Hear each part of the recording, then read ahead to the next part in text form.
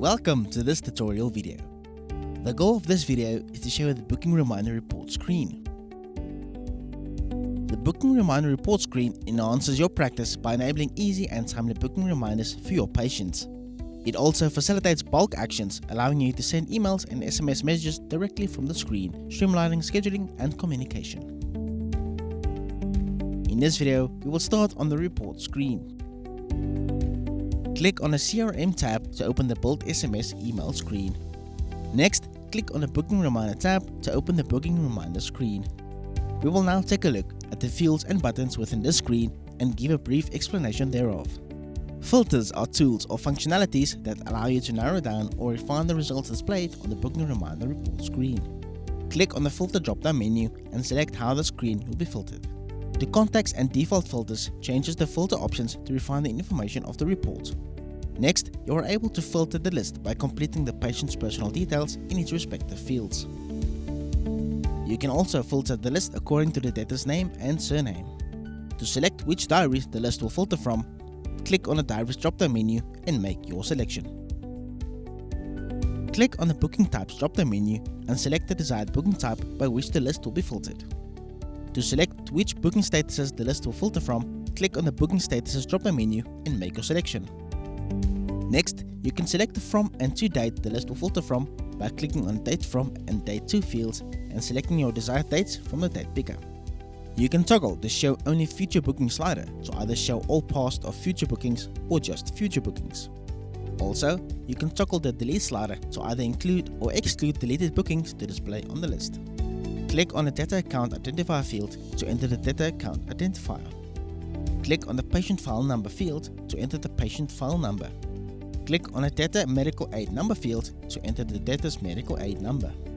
Once all the applicable fields are completed, click on the Update Results button.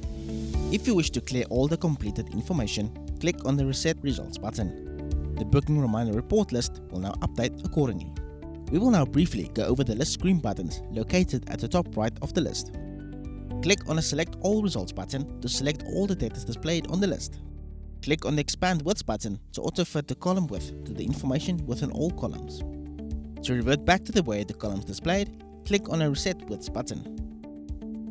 Click on the Sort Columns button to sort the columns in the order that you desire. For more information regarding how the Sort Column feature works, please refer to the How to Sort Columns on Report and List Screens user manual, linked in this video's description. Click on the Choose Columns button to select the columns that will be displayed on the list. For more information regarding how the Choose Column feature works, please refer to the How to Choose Columns on Report and List Screens user manual, linked in this video's description. Lastly, you can click on the Context Layout drop-down menu to select the type of layout that will be used for the screen. Next, click on the desired patient, then click on the Sidebar Expander. Please note that you are able to select multiple patients from the list by simply ticking their respective checkbox, or selecting all of them by ticking the checkbox at the very top of the list. From here, you have access to various bulk action communication features to perform, either to an individual patient or multiple patients. Click on the SMS button to send a text message to the selected patients. For more information regarding how to SMS patients, please refer to the Send an SMS user manual, linked in this video's description. Click on the Email button to send an email to the selected patients. For more information regarding how to email patients, please refer to the Send an Email user manual, linked in this video's description. Click on the Dial button to create a call event for each of the selected patients. For more information on how to make a call to a list of patients, please refer to the Making a VoIP Call user manual, linked in this video's description. Next, we will go over the Page Option buttons located at the bottom of the list screen. You are able to click on the Next and Previous button to navigate between pages. You can also click on a desired page number to quickly navigate to the selected page.